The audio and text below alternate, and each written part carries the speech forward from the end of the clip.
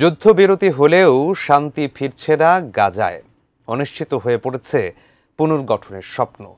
দানা বাঁধছে নানামুখী চ্যালেঞ্জ। ঠিক কোন কোন সংকটের মুখোমুখি গাজা উপত্যকা? বিস্তারিত জানাচ্ছেন আরিফ হাসান। গত 10 অক্টোবর ইসরায়েল ও হামাসের মধ্যে ট্রাম্প প্রশাসনের মধ্যস্থতায় যুদ্ধবিরতি চুক্তি কার্যকর হয়। তবে যুদ্ধবিরতি হলেও গাজা এখন নতুন সংকটের মুখোমুখি। 2 বছরের ধ্বংসাত্মক যুদ্ধের পর শান্তির আশা জাগলেও ভঙ্গুর যুদ্ধবিরতি, মানবিক বিপর্যয়, অভ্যন্তরীণ সংঘাত, পুনর্নির্মাণের জটিলতা এবং আঞ্চলিক রাজনীতি গাজার ভবিষ্যৎকে অনিশ্চিত করে তুলেছে। বলা চলে যুদ্ধবিরতি সই হলেও শান্তি টিকছে না গাজায়। চুক্তির 2 সপ্তাহের মধ্যে ইসরায়েল ও হামাস শর্ত লঙ্ঘনের অভিযোগ তুলছে। 19 অক্টোবর রাফার কাছে হলুদ রেখা অতিক্রমের ঘটনায় ইসরায়েলি হামলায় 40 জনের বেশি ফিলিস্তিনি নিহত হন। অপরদিকে 2 ইসরায়েলি সৈন্যও নিহত হয়। খান ইউনুস ও গাজা সিটিতে ছোট সংঘর্ষ চলছে।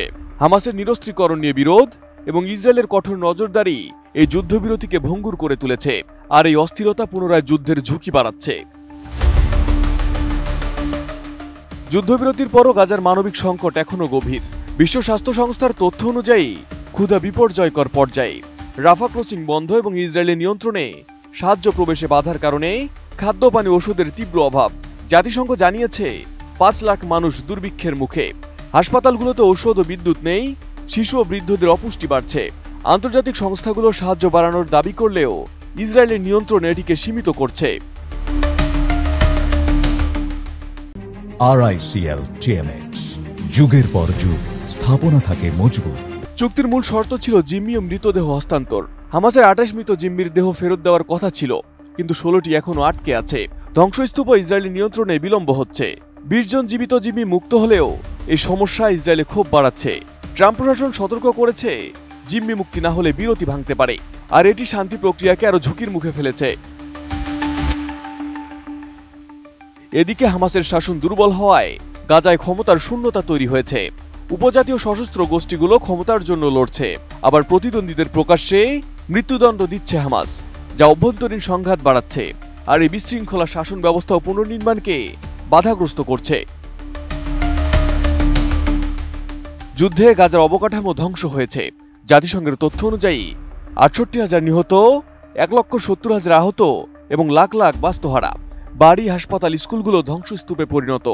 আর এসবের পুনর্নির্মাণে বাধা ইসরায়েলি সেনাদের উপস্থিতি। সৌদি আরব ও অন্যান্য আরব দেশ অর্থায়নের প্রতিশ্রুতি দিলেও হামাসের নিরস্ত্রীকরণ না হলে তারা পিছু হটছে। এদিকে সৌদি দলিলে গাজার ভবিষ্যৎ নিয়ে তাদের পরিকল্পনা উঠে এসেছে। তারা হামাসকে নিরস্ত্র কোণঠাসা করে ফিলিস্তিন অথরিটির হাতে ক্ষমতা দিতে চায়।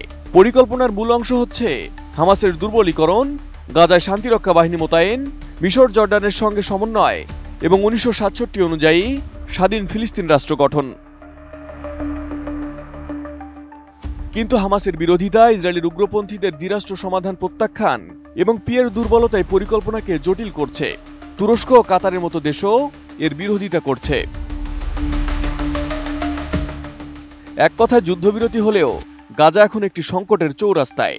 ভঙ্গুর বিরতি, মানবিক বিপর্যয়, অভ্যন্তরীণ সংঘাত এবং পুনর্নির্মাণের বাধা গাজার ভবিষ্যৎকে অনিশ্চিত করেছে।